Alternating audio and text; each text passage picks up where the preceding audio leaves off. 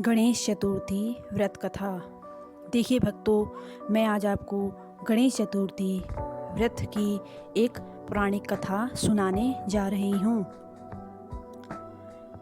श्री गणेश चतुर्थी व्रत को लेकर एक पौराणिक कथा प्रचलन में है। कथा के अनुसार एक बार भगवान शंकर और माता पार्वती नर्मदा नदी के निकट बैठे थे। वहाँ देवी पार्वती ने भगवान भोलेनाथ से समय व्यतीत करने के लिए चौपड़ खेलने को कहा।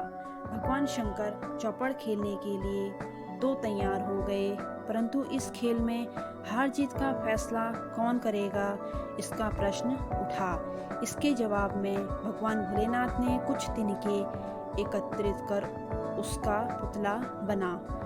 उस पुतले की प्राण प्रतिष्ठा कर दी और पुतले से कहा कि बेटा, हम चौपड़ खेलना चाहते हैं, परंतु हमारी हार जीत का फैसला करने वाला कोई नहीं है, इसलिए तुम बताना कि हम में से कौन हारा और कौन जीता। यह कहने के बाद चौपड़ का खेल शुरू हो गया। खेल 3 बार खेला गया और संयोग से तीनों बार पार्वती जी जीत गई। खेल के समाप्त होने पर बालक से हार जीत का फैसला करने के लिए कहा गया, तो बालक ने महादेव को विजयी बताया। यह सुनकर माता पार्वती क्रोधित हो गई और उन्होंने क्रोध में आकर बालक को लंगड़ा होने व कीचड़ में पड़े रहने का श्राप दे दिया।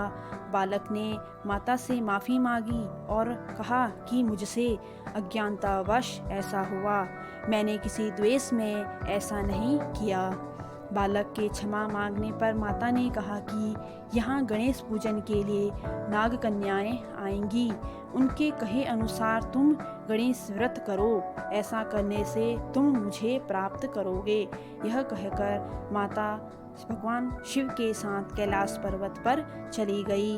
ठीक 1 वर्ष बाद उस स्थान पर नाग कन्याएं आई। नाग कन्याओं से श्री गणेश के व्रत की विधि मालूम करने पर उस बालक ने 21 दिन लगातार गणेश जी का व्रत किया। उसकी श्रद्धा देखकर गणेश जी प्रसन्न हो गए और श्री गणेश ने बालक को मनोवांछित फल मांगने के लिए कहा। बालक ने कहा कि हे विनायक, मुझ में इतनी शक्ति दीजिए कि मैं अपने पैरों से चलकर अपने माता पिता के साथ कैलाश पर्वत पर पहुंच सकूं और वो यह देख प्रसन्न हों। बालक को यह वरदान दे श्री गणेश अंतर्ध्यान हो गए। बालक इसके बाद कैलाश पर्वत पर पहुंच गया और अपने कैलाश पर्वत पर पहुंचने की कथा उसने भगवान महादेव को सुनाई। उस दिन से पार्वती जी शिवजी से विमुख हो गई। देवी के रुष्ट होने पर भगवान शंकर ने भी बालक के बताए अनुसार श्री गणेश का व्रत 21 दिनों तक किया। इसके प्रभाव से माता के मन से भगवान भोलेनाथ जी के लिए जो नाराजगी थी वह समाप्त हो गई। यह व्रत विधि भगवान शंकर ने माता पार्वती को बताई। यह सुनकर माता पार्वती के मन में भी अपने पुत्र कार्तिकेय से मिलने की इच्छा जागृत हुई। माता ने भी 21 दिन तक श्री गणेश व्रत किया और दुर्वा पुष्प और लड्डुओं से श्री गणेश जी का पूजन किया। व्रत के 21वें दिन कार्तिकेय स्वयं पार्वती जी से आ मिले।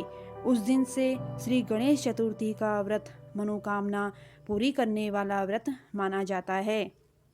श्री गणेश का जन्म भाद्रपद शुक्ल पक्ष की चतुर्थी के दिन हुआ था, इसलिए इनके जन्म दिवस को व्रत कर श्री गणेश जन्मोत्सव के रूप में मनाया जाता है।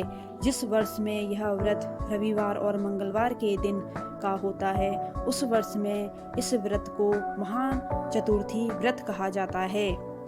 इस व्रत को करने की विधि भी श्री गणेश के अन्य व्रतों के समान ही सरल है।